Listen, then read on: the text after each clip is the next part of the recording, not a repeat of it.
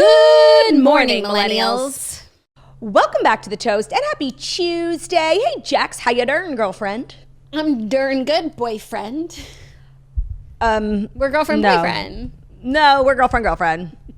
Love is love, and I love you. I love you too. I choose you on this Tuesday. How are you doing? Layered question. A loaded question. In a spiritual sense, I'm doing really well. Okay. Physical sense, feeling a little groggy. Okay. I would say overall, if you really truly wanted to know, and I know you didn't, you were just being polite. I'm doing okay. Okay. Well, I hope that levels will increase after or during this episode of The Toast. That's what we do here. You just can't help but let the toastiness overcome you. You just can't help but let the chips fall where they may. Well, that's the damn truth. This week is kind of crazy because this hurricane is historic. I've been tracking it, and as have twisters, as have most Floridians, because Florida has not seen a hurricane like this since the 1920s, over 100 years ago. Oh, wow. It's Category 5, set to hit Tampa Bay. The mayor of Tampa Bay, did you see her interview where she was like, if you stay, you will die? Yeah. This hurricane is not survivable. I have thought about you a lot. Thank you. Because I know, you live not in the region, but, it's the same state. Are you worried at all? I am a little worried. Storms can change. They can change paths. And even if it's not at the storm center, you still get a lot of weather. So it's going to be a crazy couple of days down here in the Sunshine State. So if you are in an area that is called to be evacuated, I hope that you've evacuated. Traffic is crazy getting out of town. But you still have time. It's supposed to hit tomorrow night, right? Tomorrow afternoon, they're saying. If you are in a zone that has been evacuated, I have one thing to say. Get out right now. But, actually. Yeah. And I mean, people are trying, but it's hard. You have to assume your home might not be there when you get back.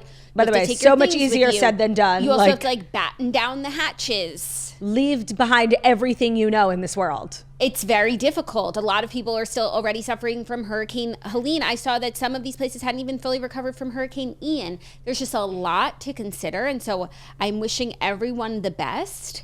And me too. Just waiting, I guess. Do you see the meteorologist crying? I saw the meteorologist crying.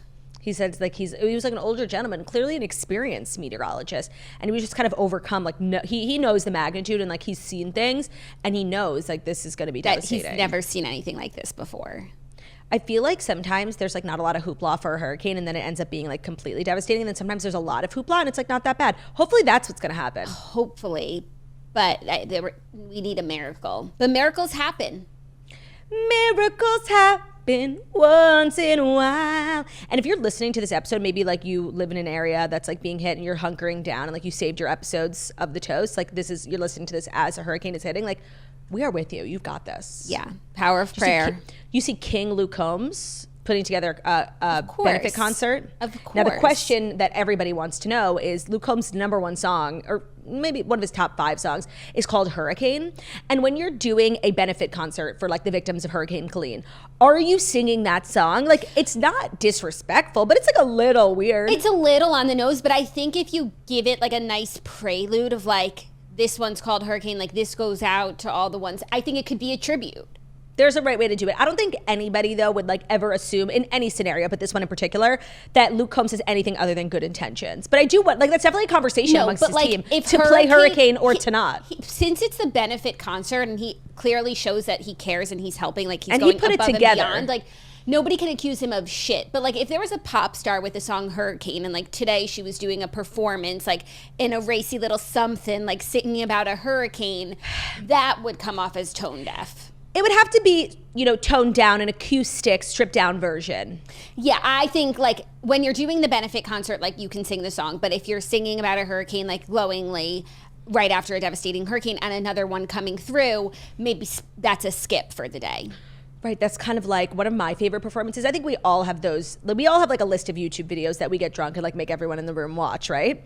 One of mine, it's kind of dark, but it's Beyonce singing at Kobe Bryant's funeral. Apparently, like, his favorite Beyonce song was XO, but like the line in the chorus is crashing into you, and like he had literally just died of a helicopter crash, and she actually changed the word, like just not wanting to trigger a nation, you know? Yeah, that was like at the Queen's Platinum Jubilee. Yes. Sam Ryder, he has that song. They're gonna throw a party on the day that I die. George Ezra, that's not Sam, it's George Ezra, and yeah. Isn't George Ezra like an old man? No, he's the guy who sings Budapest. My house in green Budapest. Grass. Yes, blue, George Ezra. Blue sky. That's how I learned the song. I'm like, I love this song.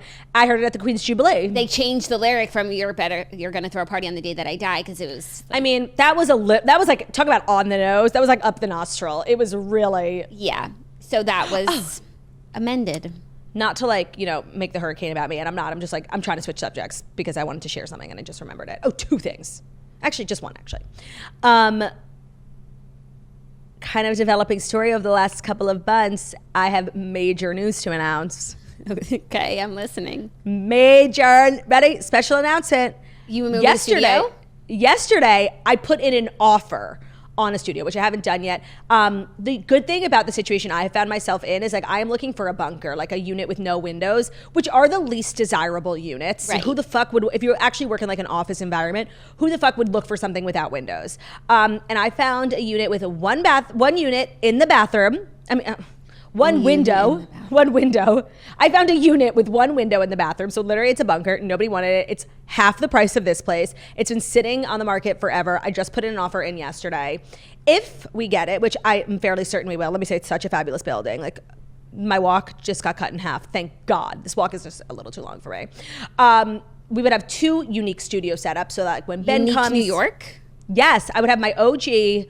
And we're going to renovate a little bit when I move. Like our remote setup is just going to be a little different. So I'll have a nice space for that. And then I'll have a totally separate area for two seats. So when Ben and Josh want to do it, when you come to town, I'm getting a little ahead of myself because I haven't accepted my offer. And like I did lowball. Like I was being really. But is it this, not, I hope they don't watch this episode, but like if they stuck with their asking price, like would you still take it? Their asking price is so under budget. Like that's how much I slayed the house down on this. Yes. And sorry, I didn't slay the house down. Ben's sister, Maddie, is a commercial real estate agent. The answer is Maddie yes. slayed the Even house. if they don't accept your offer, like, and you just say, okay, I was playing hard to get. As like, I'll is, take what you're off. So it will be yours. It shall Not be me yours. like showing my cards publicly on the podcast. Like, we need to cut this out. Do you think there's any chance they're watching this? Like, yeah. Like everyone who works in real estate is like Jewish people like that I know from like high school. Everyone I know went into real estate. Give Turdy a break. Come on. No, like, do you care about the toast? Like, do you want our bottom line to suffer? Like, just help me. Yeah, it should be free. They should pay you. We're literally a 501c3. Like, this is charity work that we do to bring joy to everyone. It's so true. Oh my God. What else? Oh, is Taylor Swift a story like about the game last night? Yeah. She's a big story. So I'll save my little. She's a twofer. Because that's what I watched last night. Like, I've really made peace with not finishing Love is Blind. And because I interacted on social media with so much Love is Blind content, like, now I'm really getting in the weeds on everyone's drama, mostly Tyler. Like, it goes deep, and it's disappointing. Like, seriously, never meet your heroes. I am caught up now on Love is Blind. It's really not doing anything for me. Like, I'm on my phone way too much. So we'll see. If I miss it and I'm curious about it, I'll go back to it. But I'm happy to be caught up. I will be curious who actually gets married. But it's just not my favorite bunch of peeps. What can I say? Except when Monica, thank you. When Monica told him to stop talking? When Monica told him to stop talking, I wasn't paying attention. And then she like started saying like, it's too much. I'm like, Zach, go back. What did I miss? And that's exactly like what I meant. He talks so much. He says nothing. He thinks he's like so smart and like progressive and profound and empowering. And it's like, shut up. Okay, but I feel two ways about that because like, yeah, what's worse than somebody not shutting up and like saying the worst shit? Like, shut up. I kind of loved that she took her power back. But also like, what's meaner than like someone like being excited and like chatting about something and then like somebody just being like, can you shut up? Like, she wasn't. I'm a really chatty person, so I feel, and I get excited about things, and I feel like Claudia, it's so different. I know. When you speak, like you're being funny and entertaining, and some people could even be like, no, seriously, you're lucky to hear what I'm saying. Educational, it's so true. Like he's saying nothing, he's taking up all of the space, the room. And then even when the problem is now that she's heard it and now that she's seen it, like how do you unsee it? How can you like live with that forever? It's an ick. If it bothered you once, it's going to bother you forever. But when she told him to stop talking and he was like smiling so big with like about to start like crying tears of joy that she told like it was deranged. No, he is seriously. Oh, and so funny is a lot of our listeners, their feedback from what we said yesterday is like, no, you guys don't understand. Like, I live in DC and this is what it's like to date. Like, the men in DC are horrible. I'm so sorry. I know. But you know what I find so interesting about Monica, and I wanted to bring this up yesterday? I feel like when she was doing her reveal, she said something so honest and I feel like kind of relatable. She's like, I'm 36 and I look at my life and all I've cared about for so long is like career goals, having a million friends, traveling, and like now I look around like I don't care about any of that stuff and I'm just lonely. And I think a lot of people feel that way, but you're like kind of ashamed to admit. And I think that like, you know, we're always like, especially for women, like you don't need a man, but like it's okay to need a man. Like I am independent and like I desperately need my husband, like in the most, like not even like in the scariest sense. And that's okay. And I actually thought that was such a really honest thing to say. And it made me like her in that moment so much. And like even her loneliness can't mask her hatred of him. Like no, and it's like so for that reason, like I want her to find someone and she'll make it work, and she seems like someone who would be committed to making it work. But like all of those things that are bothering her about him right now, just the talking incessantly, like he was doing in the pods and you chose him. Yeah, but the thing is, the only thing to do in the pods is talk. So I guess you it was don't like notice. Yeah, but now like we're on vacation. Let's read. Let's relax. Like shut up. And then the other moment of note, there were a few, but something that caused me. Did Tyler bring up his kids? Tyler, if he did, I watched every episode, so if he did, I missed it. Oh, okay, no. Hannah and Nick and the duck and the older woman. Yeah. She was being such a bitch. Fabissina punum. And the fact, like, I was honestly glad for him that, like, she was, like, making fun of him for wanting to do this thing. So, and he still, like, went and did it. She's not going to ruin his good time. This older woman, and she was kind of, like, the perfect person to, like, come over and do, because it's not a threat. It's not a threat. She was probably, like, with her partner. Like, they were just genuinely having fun. And then the way that Hannah recapped it to someone else saying the older woman called her a jealous bitch. No, she didn't. She just said silly, like don't be jealous. And the fact that Hannah like made it into a thing, like he was talking to another woman, it was so not that whatsoever. And she was like, if someone was talking about you like that, I wouldn't just be giggling. Meanwhile, she's on the couch for Bissina talking shit about him to the producers. And all of her friends are making comments about his looks. Has she said anything? No, she is the worst. The worst. Agreed. And even if I did understand what she was saying in the pods, like too suave, saying the right thing, it was giving like Sam from UK. He's a lovely person, a happy person, and she's not a happy person, and she's bringing him down. That's what it is. Like only a real like joyful person like goes and like wants to ride a fake duck and like makes friends on vacation. Like she is Sabissina.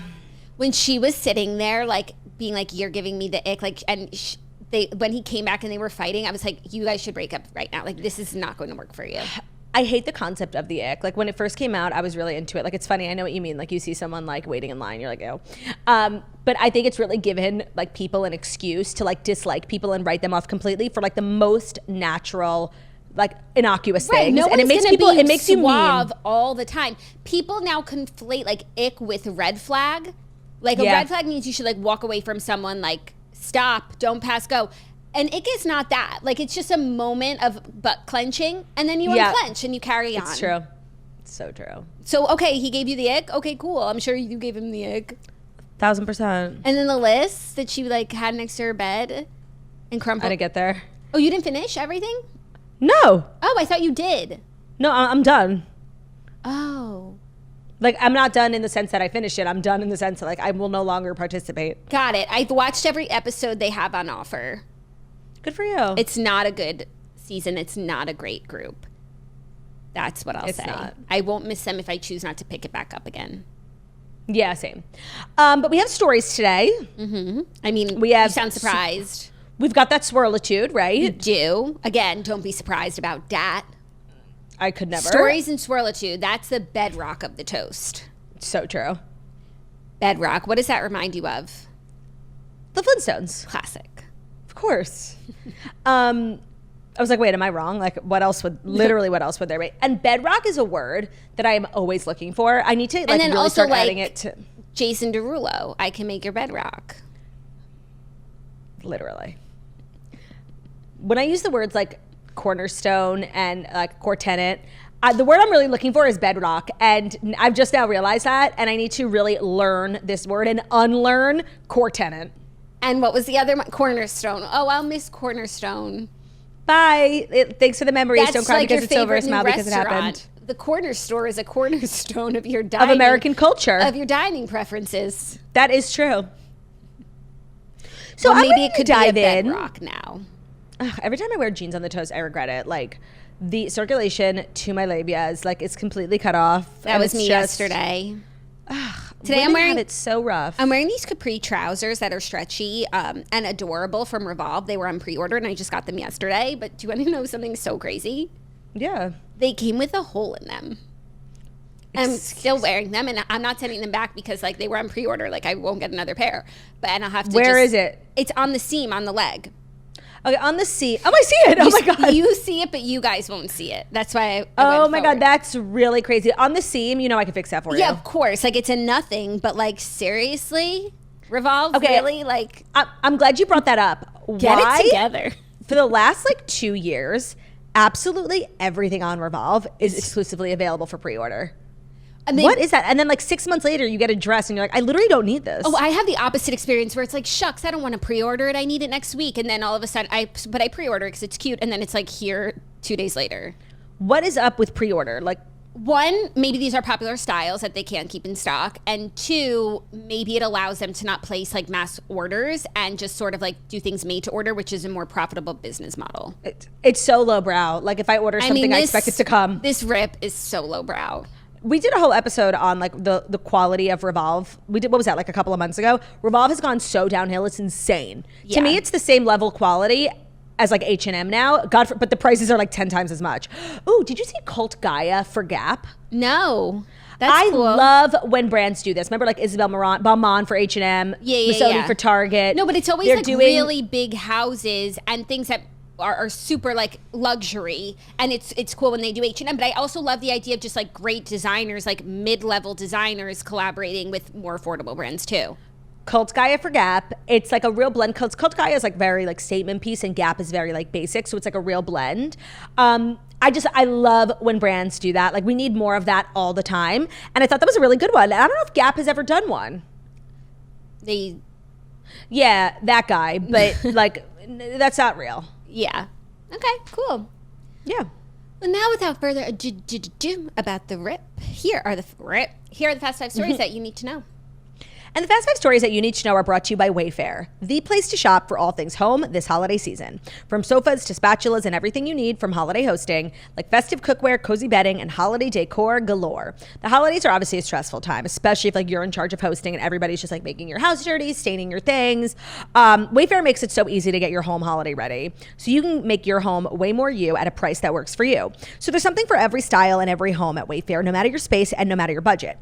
Wayfair is your one-stop shop for everything on your to-do list, from extra seating for the whole family, bedding sets for your guest room, to kitchen brands that you love, tabletop decor for every holiday. They have free and easy shipping even on the big stuff, and they'll even help you set it up. They've got an endless selection, so everything from holiday decor to area rugs, cookware, bedding, and living room updates. I'm always ordering from Wayfair. The Wayfair app, like if you don't have it on your phone, you are not living it. It's the best thing on the planet.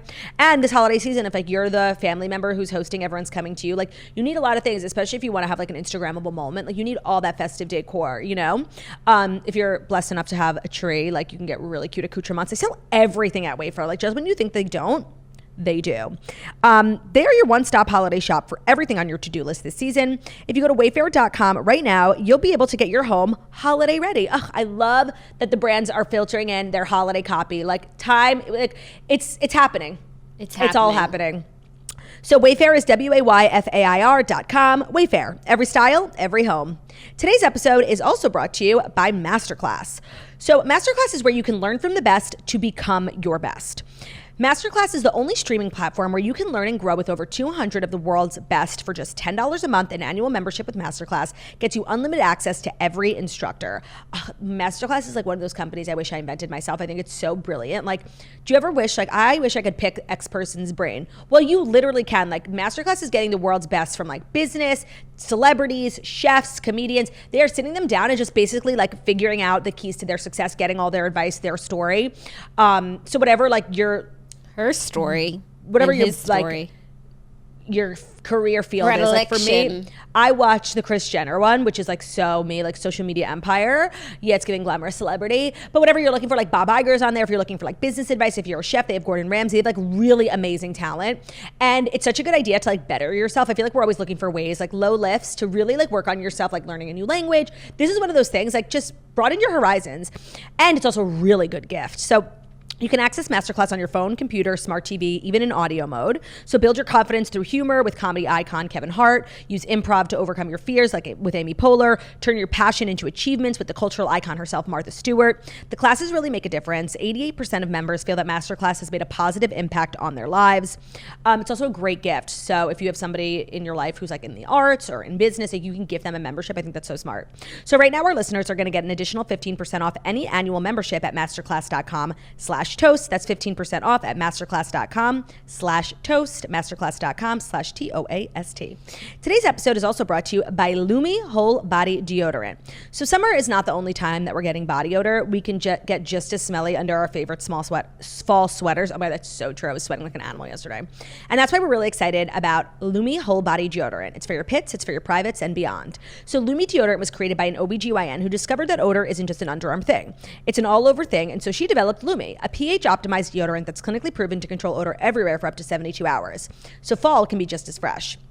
And they have a great new offer that we're going to share with you, but I just want to say, like, Lumi deodorant, I love underarm deodorant, don't get me wrong, but I have like a lot of other areas, especially as like a big breasted woman and a woman with rolls. Like, there are crevices and cracks that need attention too, and Lumi deodorant is for that. And it's also, I think a lot of people are just concerned about odor in their nether regions, and it's pH balanced. It was created by an OBGYN, so you can use it there too. It's clinically proven to block odor all day long and control odor for up to 72 hours. They've also formulated a new product to keep you smelling fresh and help you stay drier. Lumi Whole Body Deodorant plus sweat control. So it's the same 72-hour control, now with 72-hour sweat control. So Lumi's starter pack is perfect for new customers. It comes with a solid stick deodorant, cream tube deodorant, 2 free products of your choice, and free shipping. And as a special offer for the toasters, new customers can get 15% off all Lumi products with our exclusive code. If you combine the 15% off with the already discounted starter pack, that equals over 40% off their starter pack. Use code TOAST for 15% off your purchase at lumedeodorant.com. That's LUME deodorant.com, code TOAST. Thank you, Code TURT. You're welcome. Our first story, Taylor Swift returned to rock the stage and the stands at Arrowhead for Chiefs vs. Saints game. She wore a Vivienne Westwood set, and more notably, she wore sparkle freckles on her face, which kind of had the internet in a tizzy. Yeah, she wore Vivienne Westwood, which she wears all the time, but she wore plaid again, and so now like everyone's setting the stage for next. You think it's like the third time in a row she's worn plaid. You think there's going to be bagpipes on the next album? I was thinking it's giving, the Highland Fling. For sure. What could it be? I don't know, but her outfits always are some sort of indicator. What was your theory last time? Well, with the VMA outfit, I thought, did I say it looked like she was going to do a Fortnite concert? Yeah. Because she looked like a Fortnite gamer character and like Fortnite the song. Yeah. She's I don't know definitely got something up her I don't kilt. have a theory about plaid because I seriously don't get it. You said something that was a good theory, but no, she's definitely sending a message. Because you don't need to wear plaid to a football game. Like, you just need to wear red. No, and plaid, like, why so much plaid? Though it is the season for plaid. Like, maybe it's No, just that's like, really crazy. Every time you're spotted out, every outfit is plaid. Yeah. I don't know what it means. But let's talk about the sparkle freckles. Now, I think the universe is really divided on it, and I actually understand because I've seen a bunch of pictures of the freckles, and in some of the really high-res close-up photos, it just looks like splotches on her face. But in some of like the really bright iridescent photos, it looks so fucking cute. Like, she's just like kissed by the sun. She's lit from within. So I think it's really about the photos. I wonder how they looked in person. So yeah, some of the photos, like, it looks a little weird, but some of the photos, it looks sick. Yeah, I think it's adorable, and I think it's really fun. It's giving like Coachella at Arrowhead. It's just like a way to have fun with your makeup, though that's not something she ever does. She barely changes her lipstick color. So like, it's really shocking that she could be moved to do something like this. Do you think it's another symbol, like freckles plus Kilt? Like, is she becoming an Irish redhead? Is that what's next? I don't think that sparkly freckles or any sort of, I think she just like wanted to have fun.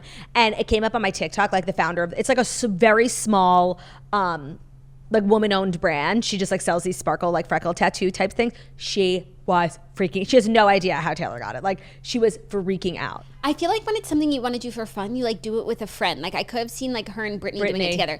I feel like it's a symbol. And you know I'm not about like that symbol life. I'm like Taylor wore a kilt because she felt like wearing a kilt. Like I'm just feeling the symbolism. That's interesting to hear from you because I actually don't think it's a symbol. And I think everything is. And do any of the Swifties think it's a symbol? No, everybody was just like cute choice, like fun choice playing with your makeup. But you're right, she's not a swirly who ever plays with her makeup. She's been wearing the same like wing liner, red lipstick like since she was 16. She hasn't changed her hair. She's like very classic in her look. She's had the same look. Like I feel like it's right in front of us. Like she's telling us something. Like maybe her next album's called Sunkissed. She had a lot of Florida references. Oh, so the game, by the way, the Chiefs won. Travis played like the best he's ever played, like literally telling everyone to eat his ass, like retire who? No, he had so many catches. He crushed it. But it's also good luck tailored. Yes, and Taylor finally returns and like... And he plays well. She's like the anti-Jessica. I'm so sorry, by the way, to Jessica Simpson. Like you are the reference for this and I wish I had a better one because I love you, but it's you.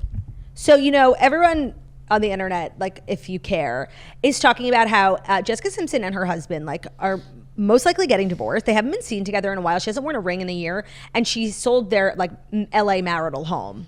You told me some of this, and while it all is pointing to divorce, like there's really no other direction that it looks like. I hold space for Jessica Simpson like living a sort of chaotic existence, and that things that she does like might not make sense to the layperson. Well, speaking of things that might not make sense to the layperson, I literally was tagged in a TikTok this morning. Somebody put together, you know, Jessica Simpson has refollowed John Mayer on Instagram and had started liking his photos like around the time that her marital home was put up for sale, the end of 2023. Like somebody did a full-blown investigation. Too obvious. But she is kind of obvious like that. Yeah, she is. Like she wouldn't have a Finsta. She like probably doesn't even realize people can see it or it might be tracking. Yes. He does not follow her back. Yeah, I feel like he probably closed the book there. Yeah. And he like dates like only like the youngest of the youngest girls. Like Jessica Simpson, I think, would be far too old for him. Yeah. He's like dating Kiernan Shipka. I saw that. They're like two different people than they were when they dated at this point. It's like if they met, like they'd have to introduce themselves to each other. They're strangers. Yeah. Okay, but back to the game. I just wanted to share something because I did watch it and Travis played so great. So happy for him. Like really crushed it. Him and Patrick. I'm so glad my Travie made it to the big game. You can't talk about Travie in the game without that. I know. But there was such a cute moment. So do you know Taylor's backup? You probably don't because like you refuse to engage in any Eras Tour concert until you see it. I saw a man and his brother and his mother. Okay, so Taylor's backup dancer Cameron Saunders is like, she has a lot of backup dancers, but he's the one that everybody loves. He's so cute, and anytime there's like a role for the backup dancer, like he does it. I think he's like definitely Taylor's favorite. Teacher's pet. And he happens to be from Kansas City, and his brother, for like the longest time, was on the Chiefs as like a really good, not famous, but like really good, stable defensive player. It was one of those players like you don't really know his name, but he just like does his job. Yeah. And last night, I guess I didn't even realize that his brother had gotten traded to the Saints, and he was playing Kansas City last night. And they were just talking on the, because the brother got like a good tackle, they were talking on TV about, oh, you know, his brother is Taylor's backup dancer. And they actually cut to Taylor and she's like, that's my backup dancer's brother. You could actually read her mouth saying that. But then like something, he had like a career first. They were literally, as they were talking about him, it was so weird. Kansas City threw the ball and they missed it. But before the ball hit the ground, Cameron Saunders, who is not, he doesn't make catches, he just tackles. He caught the ball and started running. And like he really, first of all, it was a turnover. And by the way, he's enormous. Like I think it said, they have his weight on the TV, which couldn't be. I could never. He weighs 330 pounds, okay? 330? So his job is really to be like a brick wall. Yeah. And you're not doing a lot of running in that role. You're just tackling. And so, oh my God, he was so cute. It was a career first catch, like running. And he was amazing. Like he was running, he was tackling people. And it was so, the whole thing, like the world revolves around Taylor Swift. Like it was really crazy. They were just talking about him. And he's not a player who gets talked about a lot because he's just doing his job. And like, Oh my God, it was the best moment. And then since everyone was talking about him, like all ESPN started posting all these videos, like Cameron, the brother who's the backup dancer, was at the game, and him and, it was just really cute. That's really sweet. It was. So did you like her outfit? I'm so glad. Oh, I liked her outfit, yes. I don't know, I don't think it was the right venue for it. Like, that's very much like dinner in New York with the girls or date night. But like, I feel like her game day outfits are always like really kind of relatable in a sense. Like, she's always wearing like gear, very wags of her. And so this was just like high fashion Vivienne Westwood for what? Yeah, I liked it actually. Me too. I feel like it didn't get a lot of love, but I don't love it, but I do like it. Like, arbitrarily zoomed out, like, I think the outfit is cute. Do I think it's appropriate for where she was? Like, kind of no. I don't know, but sometimes like the wags get super glam. Like, you can't put them in a box. Sometimes it is gear, sometimes it's like glam gear, but sometimes it's like, we're just looking gargy today. My favorite wag attire, if any of the wags are listening and they care what I think, is glam gear. Me too. Like, looking high fashion, like you got like a red Chanel jacket. But I think it also depends if it's an afternoon game or a night game. Because if it's an afternoon game, like, I kind of love like a gear cute t-shirt with some cool jeans and like cash and like, I don't know, a Chanel bag. Yeah. It must be fun. Yeah. So, but this was a night game, so she like brought out the heels. Who do you think is the best dressed wag? Oh, Kristen Juszczyk. Olivia Culpo. I was going to say Olivia Culpo too, but like Kristen Juszczyk gets extra points because she like, made literally makes it from scratch. Yeah. Because she made it. Yeah. Yeah, I agree. Also, a little more tailored news. 1B is that Tailored is now the richest female musician with a net worth of $1.6 billion, usurping Rihanna at $1.4 billion. So Forbes has just updated Tailored's net worth, which makes her the richest female musician. It also makes her the richest, I think, musician cross-gender whose money solely comes from music. Potentially. Right. That's why it makes her surpassing Rihanna that much more impressive, because obviously, like, music-wise, like, Taylor Swift is going to be making more money for music. But Rihanna, like, literally owns $1 billion global brand. Like, it's insane. Yeah. So the fact that she was able to do that through music is so crazy. And I know, like, these stats, like, matter to Taylor, and I'm happy for her. Yeah, and especially for so long, it was crazy that she was not a billionaire. Not until but Selena was. 1 year ago, but Selena was. 1 year ago, she became a billionaire, and now she's the richest female musician. But I'm just so glad that she's, like, in these combos, which she should have been for a long time. Yeah. And I love, like, Forbes and their nosiness when it comes to people's money. And so I appreciate them staying on top of her net worth, because, like, I do wonder. Yeah. So our next story is one of our favorite subjects. Food? No. Wait. Oh, I'm sorry. No, I have to say something, because I was just reminded of something. And we did talk about how last week, Jackie and I were obviously off Thursday and Friday for Rosh Hashanah, but Jackie had the brilliant idea, because we know you guys missed us so much and we couldn't record an episode, that on Friday, just as like a little treat, we would re-release an old episode of like an iconic toast episode. We chose the one Robert Flatts. That's one people are always quoting to us about the one time I thought like Rascal was a name, and it just was like a fabulous episode. So we re-released it. The reception was so positive, but I wanted to say something. Like, one, I'm so glad you guys liked it. We are going to do that, like, on days off. You know we love a federal holiday. We are, going to go back in the vault and reshare old episodes. It's so funny to hear our pop culture takes and how different we talk and look. Oh, my God. So sound off in the comments, like, what your favorite episode is, and we'll start re-releasing them, like, on random days off. But I needed to say, the one thing we have to do moving forward is we have to record just, like, an intro for these Toast Herstory episodes, because so many people were like, I listened to pretty much most of the episode without realizing that it wasn't new. And I was like, oh, Taylor Swift has a new album, because Robert Flatt's episode was the day Evermore dropped. Like, I was cracking up so hard. I needed to tell you that. Like, do people not look at the title when it was called? But by the way, we would name a title. It said Toast Herstory, Robert Flatt's original air date. Yeah, no, I thought we made it clear, but some people just like, they love us. They just press play. Like, they don't give a fuck. Okay, we'll record an intro after this, and maybe we'll write a song.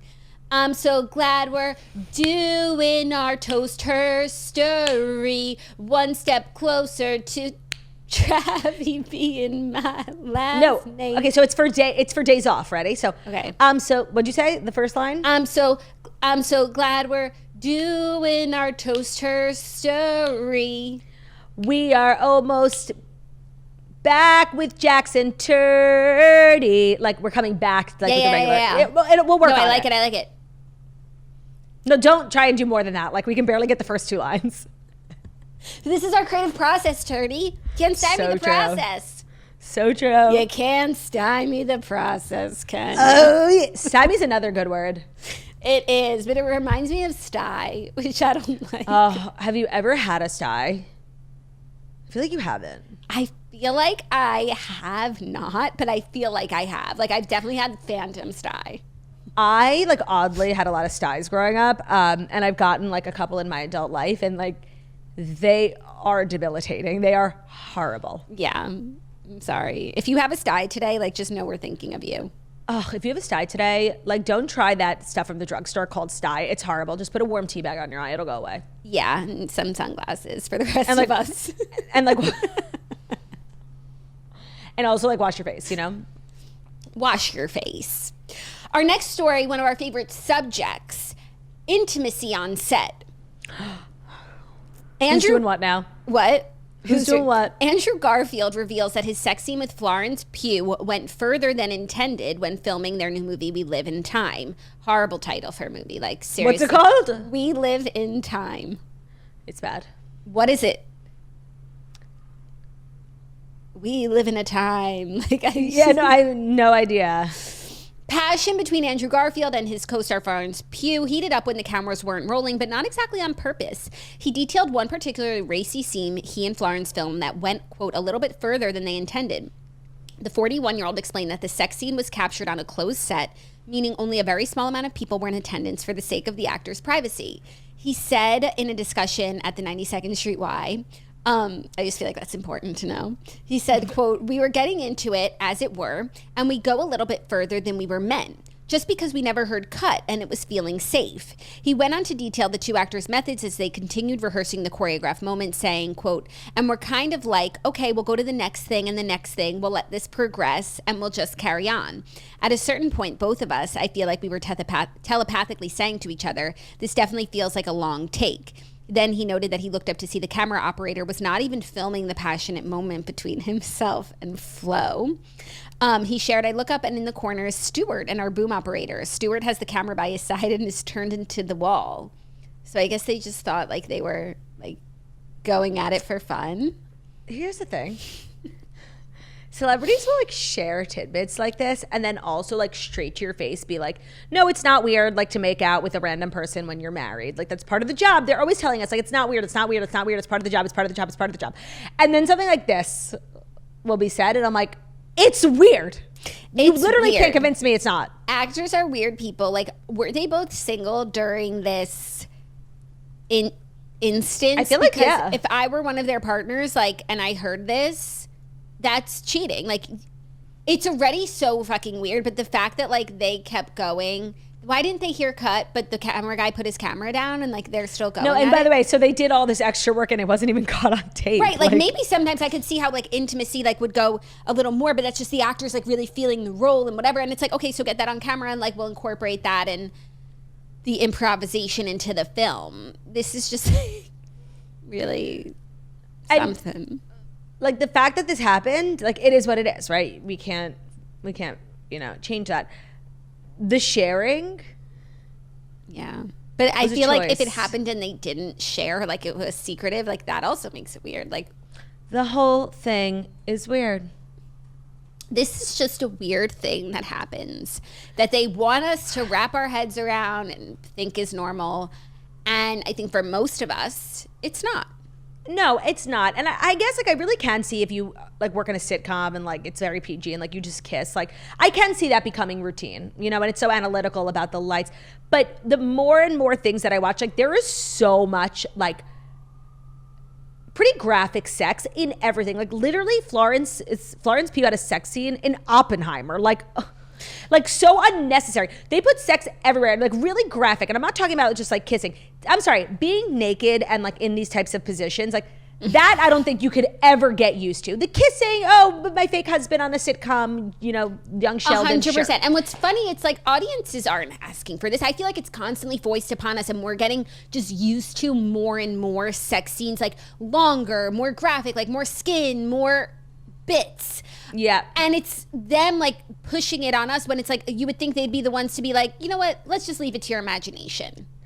there is like a lot of unnecessary sex and nudity, I feel. Like seriously, the nudity in Oppenheimer was so unrelated to the storyline. Like, yeah, I guess like Oppenheimer had a chick on the side. Like, okay. As he should. You could show them in bed. Like, there's just no reason to see, like, it's a movie about a bomb and a war. Like, yeah. It's unique energy, unique New York. Unique energy. So, I just hope they were single. Is all I'll and say. if you're an actress, like, who doesn't, like, there are some actresses who have hard lines. Like, they won't do nudity.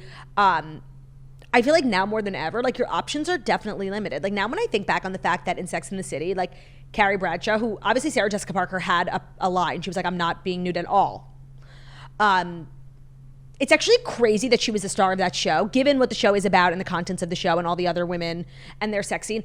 The fact that she never showed nudity, honestly, it's impressive. Yeah. I don't think you could get away with that today. No, I don't think so. I don't think you could helm a she's show the with star. sex in the title and be a budding actress, not someone who, like, we want you in our movie because people are going to watch it. We know you. Like, someone Right, like new. Zendaya was the only one in Euphoria who didn't do nudity, and that's because she's Zendaya and she can say that. And they want her in their show. And if Yeah. it were someone who doesn't have an audience or fans, they'd be like, okay, we can find someone else who's down to do it and doesn't have an audience and fans. Yeah. Okay. Yeah. So Okay, I'm older. Yeah. Keep telling us it's not weird. It is. It is. Are you ready for our next story? Number 3. Yeah. Brittany Cartwright started secretly hooking up with Jax Taylor's pal, Julian Sensley, shortly after their separation. So the divorce between Jax and Brittany, every day we get some new stuff, but this was kind of the most sensational thing that I've heard. Brittany Cartwright started secretly hooking up with one of her estranged husbands, Jax Taylor's pals, shortly after their separation. Page 6 can exclusively reveal. They can confirm that after Jax and Brittany announced their split in February, she began a casual physical relationship with basketball player turned actor Julian Sensley, who used to work the door at Tom Tom. Oh. Yeah. Page 6 was told that the two of them only ever hung out privately and that their romance is now over. An insider tells Page 6 that Sensley and his now fiance, who have a child, have been on and off and were going through a rough time when he and Brittany were intimate. So there's a lot of layers of bits here. Like, one, was a professional basketball player, so like obsessed. that's cool. He's friends with Jax. Obsessed. He worked for Tom Tom, but that pretty much Brittany started like hooking up with his friend after they split. Good. I love to see Brittany out here just like doing whatever she wants. She was married to someone who like seriously did whatever he wanted throughout the course of their marriage, and like now that she has no ties to him besides their kid, but I mean, like, she has no loyalty or obligation to him. Like, literally do whatever you want. Yeah. Every time I see her doing something, I'm like, good. And Jax is really like being crazy. Like, you know, they have a podcast together, but they aren't talking. So Jax has been like releasing solo episodes, and like he just like no one had heard from him, and then he released an episode like why your partner might be ghosting you, like something like whatever. And it was just, like, what? That's really crazy. Also, and Brittany was like, sorry, like the podcast is like a little, when he released that episode, she was like, we're working on it, like, sorry. Like, I feel like if you're like paying close attention to that podcast, it's probably like filled with tea, but I just don't think that many people are paying attention. no, I know. But also, don't forget that in February when they were splitting up, like, he was spotted out and about with that younger lady. Yeah. Yeah. So, like, I forgot. yeah, just to put it into context. Well, that's good. Brittany Everyone was deserves to like moving on. be in a relationship. But how great that like this guy she just happened to like get involved with like will piss off at Jax. Like that's just kind of we're all winning here. Yeah. I didn't put enough win-win milk in my situation. coffee. Oh, here, let me. It's a little strong. I ran out of half and half, so I had to use Charlie's milk. Not as tasty. Kind of something major that happened in my life. You know, have you tried the Chobani creamers? They're like went super viral. I see everyone talking about them. I feel like I tried it once and I didn't like love it, so I didn't give it more chances, and I should have. So I tried it too. I like bought a random one, a hazelnut, because that's what and it was like seriously puke, like, ugh. And then Satchel Cratchel was like turd. Trust and believe, get the purple one. I think it's like, I don't even know what the flavor is. Sweet cream? Like sweet cream. Yeah. I see it, like Raven's always talking about it. Delicious. Okay, I'll get it. And like for me, I'm always looking for something to mask the flavor of coffee. Like you put the tiniest splash in here, it's water. Like it's amazing. Yeah, I just need a little something, and I'll have to go get some half and half, but I think the grocery stores are like cleared out. Oh, by the way, did you like stock up on stuff? Zach went yesterday. I wanted to get some beans just in case I feel like pulled to make a Making chili. a chili? Yeah. I'll try and pick up a few items later today. It's crazy Careful. out there. I know. I mean, even just like the rain, we've just had so much weather here. Like, can't really be outside or anything. Yeah. It's just a bummer. Jax and Brittany are... You know what? Like, good. You'd love to see Brittany out here just like living her life after being subjected to what I can only imagine was like the most torturous years of her life. Like, for real. Yeah, agreed. And their divorce got like super contentious. He had been trying to get joint custody, right? Yes. And then he represented himself in court and said, like, never mind. Yeah, then he like put forth a motion to give Brittany full custody, and then he said that it was an error in the paperwork and that he made a mistake. That he now wants joint? I don't know what he's going for, but that was an error. He's now going for joint. Yeah. So, Valley season 2 can't come fast enough. Yeah, and Valley can't come fast enough. Sheena was on Watch What Happens Live, and Andy was like, you know, what'd you do this summer? Like, do you hang out or talk to Sandoval? She said no. Ariana, no. Katie, no. She said I have the worst relationship with Katie out of everyone. And he was like, have you been hanging out with the people from the Valley? And she was like, yeah, a lot. And he was like, will we see you on there? Like, he literally knows he's the producer. And she was like, we'll see. Yeah. Well, we saw her on season 1. Like, her and Lala go to the parties and stuff. It's just a matter of, like, how much involvement. But she doesn't, like, do confessionals. Right. Like, that's up to the producers. Are you ready down for our next story? No. Okay. Is it the next story that's brought to you by Skims? Yes. Okay, when it comes to bras, like we all have different needs, right? I feel like I definitely have more needs than the average woman because I have, you know, huge breasts. I've fluctuated in weight my whole life, so they're not like, you know, standing upright on their own at attention. So I just am always looking for real bras, you know, bras for real women. And I've found like over the years, seriously, no one's making good bras. And then Skims and their t-shirt bra, which seriously fixed my back problems. Now, anytime I need a bra, like Skims is one of my places. I love their bras. Every single night I sleep in there, like, I call it a relaxation bra. I think it's technically like the Jersey Racer back bra. I love for all different, if I need like super like tough support, if I need more of a relaxed fit, but I can't just like not wear a bra, I love Skims. So they are comfortable, flattering. They've helped solve so many of my back problems, and my breasts like really look gorgeous. At least that's what everyone's saying. So the bra that I got first, that was like my foray into Skims bras, and that really helped with a lot of my back problems, is the Fits Everybody t-shirt bra. It's really the best bra I've ever owned. They make my boobs look so great, keeps my natural shape, and it doesn't have like a ton of padding. I just need like my boobs lifted. Like that's literally all I need. I think what everyone really loves about Skims is they have so many sizes, and really the key to a good bra is knowing your size. And I know you think like you know your size. You don't. The size system at Skims is so fabulous, and there's truly sizes for everyone. They go up to 30. They go from 30A to 46H. So shop Skims bra at skims.com. And if you haven't yet, be sure to let them know that we sent you. After you place your order, select podcast in the survey and select our show from the drop-down menu. Today's episode is also brought to you by Hill House Home. So you probably know Hill House Home. They invented the viral nap dress. It's like the most flattering and comfortable dress. It has that signature smocking. Well, Hill House Home makes fun fashion that makes you feel good. Their commitment to comfort and style applies to all of their categories, and they also sell amazing bedding, robes, pajamas, swims, and shoes.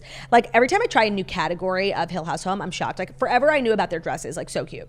Then like a couple of months ago, I got really into like their cozy items. Their robes, c'est magnifique. Pajamas, obsessed, like super cute, but also really comfy. And now I've been wearing so much of their clothing. I just got like a really cute like fall jacket. I also got, Jackie, you tried that set on with me, that corset. Remember when we were going to that dinner? You look so parge. They have like really sick clothing. Yeah. Can't like seriously, everything I try from Hill House Home, like new categories, I'm obsessed with. We got the same dress. We've got a twin in it sometime. And but I keep seeing everyone on TikTok wearing it. It's like kind of the dress of the season. Oh shit. Okay, and I got 2 super cute fall jackets. So they also have really cute stuff for kids, so like you can match. Like it's just adorable. They've thought of everything. And the other really exciting Hill House news that we have to share is that several of the toasters on staff there have convinced the higher ups to change our discount code. So it was 15%, now it's 20. You heard it here first. Use our code TOAST20 for 20% off and get 20% off your order of $100 or more at hillhousehome.com with our code TOAST20. Again, that's code TOAST20 for 20% off your order at hillhousehome.com. Today's episode is also brought to you by Armra.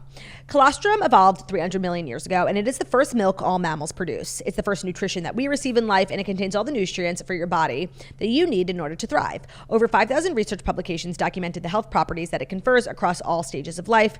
And Armra colostrum is patent-pending premium bovine colostrum.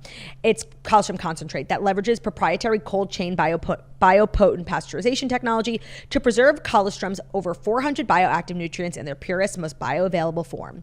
So if you're always on the lookout for ways to strengthen your immunity, your gut health, improve your fitness and metabolism, and enhance your skin and hair radiance, well, we recently discovered Armra. I'm sure you've seen, I feel like everyone's on Armra. Everyone's talking about it. I've seen, they have commercials on TV now. Okay, slay. It's really the best kept secret of the industry. Word is finally getting out for good reason. Armra colostrum is everywhere these days, and when we first heard about it, we thought it was almost too good to be true, but thousands and thousands of people are reporting absolutely transformational health benefits, tens of thousands of 5-star reviews, and life-changing stories. So this stuff really delivers. It can ignite your metabolism, revitalize hair growth, enhance your skin radiance. It can fuel your performance and recovery if you're really into working out. Obviously strengthen immunity, fortify gut health. So there's so many different benefits from Armra, and adding it into your morning or daily routine will really, I think, enhance your life. I think you're going to like what you see. So we've worked out a special offer for our audience. Receive 15% off your first order when you go to tryarmra.com/toast, or just enter our code TOAST to get 15% off your first order. That's tryarmra.com/toast. Thank you, Sauce Chert. You are so welcome. Our next story, Luke Bryan is clarifying some comments that he made talking about Beyonce's CMA snub. So yesterday or the day before, he was on Radio Andy. Like last week. Talking about the snub, which we have discussed, and he shared his thoughts on like why she might have been snubbed. And this is what he said then. So his original comment to Andy encouraged, quote, everybody coming in and making country albums. He concluded his thoughts by saying that he doesn't think necessarily an artist will or should get nominated solely for making a country album. He said, quote, sometimes a lot of great music is overlooked just because she made one, a country album. Just because I make one, I don't get any nominations. I think the CMA, they have their voting body and they vote what they think should make it. Everybody loved that Beyonce made a country album. Nobody's mad about that. More so that, like, she didn't get into the country, the world of country. He said, like, come play with us. Yeah. Like, do the rounds, go to country radio, do interviews, be a part of the CMA family. It's not just enough, in his opinion, to, like, release an album that's technically of the country genre. Right. And also, perhaps that's his opinion, but also, like, him just trying to make sense of why she wasn't nominated. I think that's, like, I think his thought was, like, that was the CMA's reason for not including Beyonce. Right. Like, just because you make a country album, like, anyone can just decide to make a country album doesn't mean you're going to get nominated for the country awards. Like, you got to get in the mix a little bit. And to be honest, like, I actually don't agree with that. Like, if you release a country album, it should be eligible for country awards. But do you agree with that being probably the reason why she wasn't nominated? No, because Beyonce doesn't have to do anything. Like, she's fucking Beyonce. Like, what, she's gonna go to like a random radio station and start doing interviews like everybody else? Like, she's Beyonce. Yeah, not a random radio station, but like there are things. The Opry, perform at the Opry. She's Beyonce. I know, but like she doesn't do stuff. A prestigious thing to do. Not, she doesn't have to start at the bottom. Well, I don't think Beyonce made this album to get nominated. I want to say that. I think it was like a statement. She released like a whole, statement on why she had her reasons, because she's got her reasons. So I don't think Beyonce cares, but like I do want to know why. Like, and I don't think that this is the reason. Like, for real. Okay, I think he put forth a decent theory though, like not one that you or I had discussed. Thought of. And so then he's clarifying his comments on X because I think he was getting like a lot of hate for talking about it. Right? So he said, he lauded Beyonce and how loyal her fans are. He said, I respect Beyonce. I spend a lot of time supporting other artists. I want everyone to win. He said, quote, he could not let the media create a false narrative, adding that he encouraged everyone to listen to the interview instead of reading clickbait headlines. You will hear my tone and intentions, which were not negative. I don't think his tone or intentions were negative in this. I think he was just like trying to make sense of something for people. Yeah, and so for Beyonce fans, like, there is no reason why she shouldn't have been nominated. So anyone trying to like come up with a reason, it's like, shut up, Right. It's a losing Yeah. thing. And the thing is, if you know Luke Bryan and you watch him on like American Idol, he's like really a nice guy. And Right. he's not, I don't think he's ever had like beef with another artist. Like he's really like very Hamish in his personal life. He's like very generous. I don't think he's a bad person at all.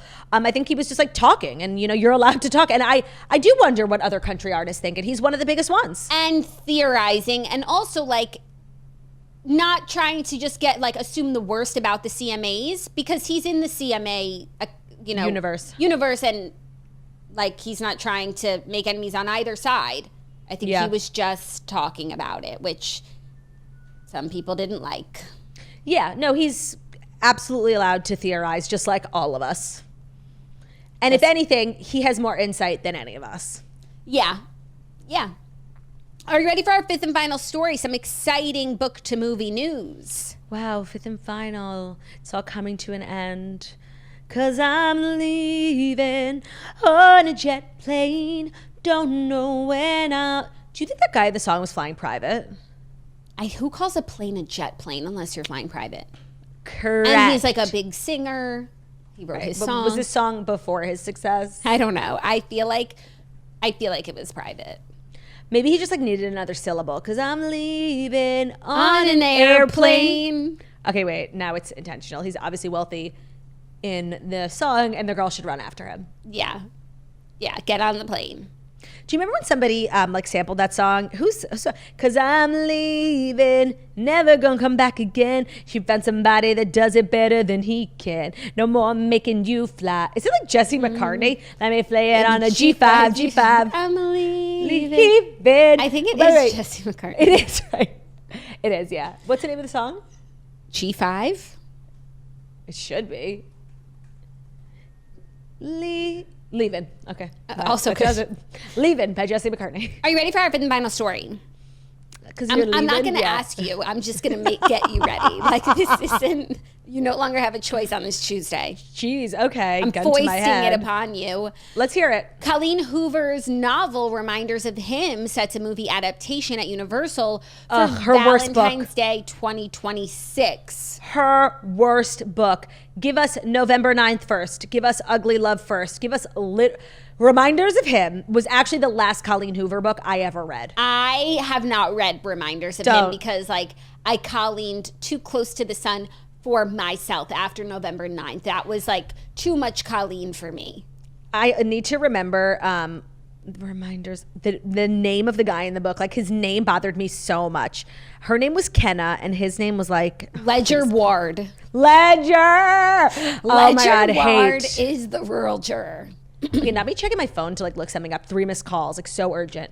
All from potential spam. Like, leave me alone. That's really crazy to call me 3 times. Get a life. My potential spam is out of control. And like, what lists am I on? I don't know. And I feel like I can sense I got added to one recently because like the tone has changed. Yeah. Something about like people looking for a job and they think I'm just, it's not good. Are you hiring? Apparently. Ledger Ward. Here is the synopsis. It's described as a transformative feature film about motherhood, forgiveness, and the power of one love to heal even the most shattered heart. The story follows Kenna Rowan, who returns to her hometown. This is something that Jenna Maroney would star in. Who returns to her hometown after serving. Jackie, we can't just move past that statement. So true. Who returns to her hometown after 5 years in prison for a tragic mistake. She hopes to reconnect with her young daughter, though everyone is intent on keeping them apart. Only one person in the area hasn't shunned her, and that's the local bar owner, Ledger Ward, who becomes an important part of Kenna's life. The novel published... AKA, they start fucking. The novel, published in 2022, has sold over 6.5 million copies globally and has been translated into 45 languages. I'm sorry. Colleen Hoover is so impressive. Like, I know. And like, honestly, this book sucks. Like, if you're going to like read Colleen Hoover... November 9th, Ugly Love. No, but like so good. 6.5 million people. Like those are all the people who like loved It Ends With Us, loved Verity, loved November 9th. What do you think is her biggest book? It Ends With Us? It Ends With Us, yeah. And then plus the movie makes it her biggest book. I think number 2 maybe is It Starts With Us, but then Verity comes after that, I would say. But like people fall down a Colleen Hoover rabbit hole and then start reading all of her old work. So like Reminders of Him, like 6.5 million people like are at that place. They say that more than 10 million copies of It Ends With Us has been sold. I feel like it's more. And that's like an old, like not old, but it's before the movie came out. Yeah. Let me look up Verity. I think it goes It Ends With Us and then Verity. I don't know if It Starts With Us was that popular. No, but like Verity, it says over 3.5 million. When was that? It's Gemini, Google AI overview. Oh, people said you can't always trust it. Ugh, everyone's trying to ruin my good time. That's why. Yeah. Well. I'm just looking. Sorry. What do you think is? Yeah. Justice for Layla. I thought that was a decent book. It's like the only one I haven't read. She like tried to get spooky and put a ghost in there. Like, get out of here. It's October, so if you want to read a ghost book, read Layla. And it was a Redheads book, so there's an episode on it. When I was watching the Kansas City game last night, I was like watching cable, which I don't watch a lot. And there was a commercial for like Freeform's 31 Days of what was it? Like, you know, remember how like ABC Family would do like spooky nights, Halloween, and then they do the 12 Days of Christmas. Yeah. The warmth that commercial like seriously put in me. I was immediately like 7 and we were laying in the bed and like we used to watch all those movies. Like, I love that they're still doing that for the kids. Yeah. Speaking of cable, we were kind of on cable last night. We didn't even talk about this. Oh my God. Not me getting DMs being like, they're talking about you on the MSNBC Jen Psaki show. I'm like, it's Jen Psaki. Excuse me. Is it? I think the so. P is silent? The P is silent, I believe. Psaki. I was like immediately like, oh great, what did she say about us? Like, yeah, no, scary. And you texted me, by the way, I didn't get one message. Jackie, I don't think you have your messages on. So I have my messages limited. You can't reply to my stories. Not Jackie's complaining she doesn't get any messages because you literally have them limited. If you follow me, you can go to my profile and hit message. Who does that? Like, everybody just responds to stories. I don't have response to stories. It's not good for my mental health. By the way, do you, sis? But then don't complain that like you don't get messages. Yeah, no, I still get people. The people can find a way to reach me. Plus, I have my DMs open with thousands from over the years.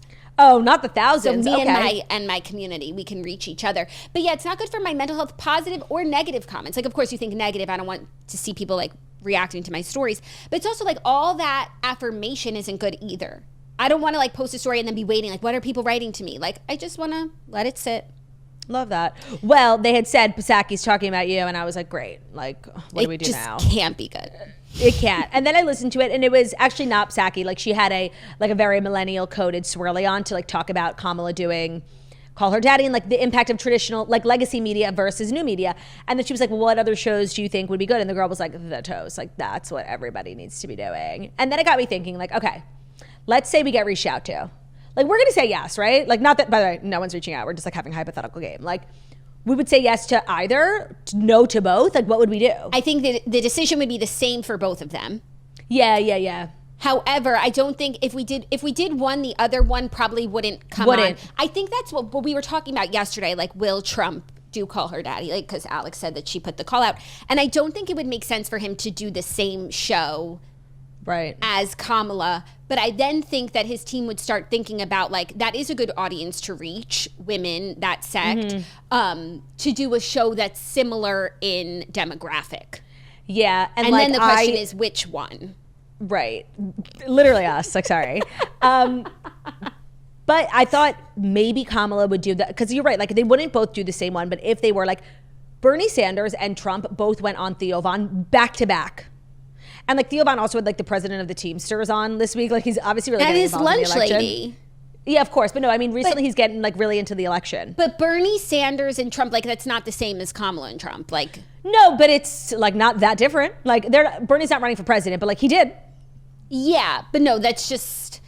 No, I don't think they really could ever do the same show. I don't think it's great strategy. Yeah. And the beauty of podcasts are there's so many. It's true. And the beauty of like being that big of a platform is like you're bringing the listeners with you. Like, it really doesn't matter how big the show you go on is. That's true. Well, no, but you do want to reach, if a podcast has like a huge millennial women audience and that's the demographic you want to reach, like, no, actually there's value in going on a big female show. That's true. So we'll let you know. Crazy times. We'll let you know if anybody reaches out to us. We will. I actually didn't see that being not that it's happened at all, or probably won't happen, but like when we were talking about it yesterday, that wasn't my like next logical jump, is that he would do a show of the similar ilk. But that is good strategy. And I learned that on is Jen good strategy. show. Yeah. Yeah, with a swirly who's obviously obsessed with the toast, even though she kept calling us the morning toast. Like, girl, come on. She might have left a while ago, but still, thanks for the support and the shout out. Oh my God, I've never seen anybody make a heart hand like that. I'm trying to do like new heart hands because I know like this. I love this one, but I wanted to do. I love this, but you know how the kids do it these days. I can't do it. Actually, I've got crazy fingers. I can do like more than an octave on the piano. I could probably do it.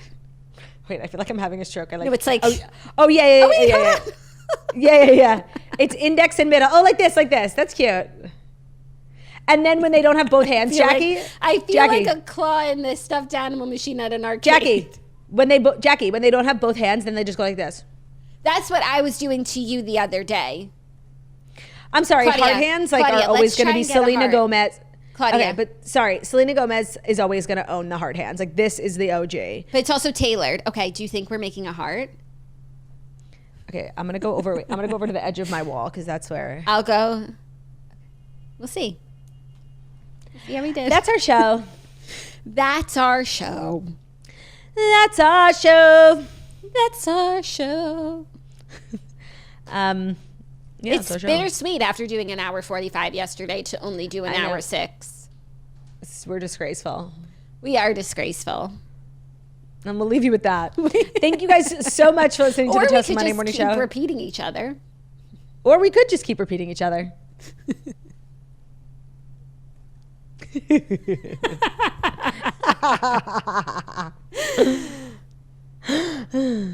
We're almost at an hour 7.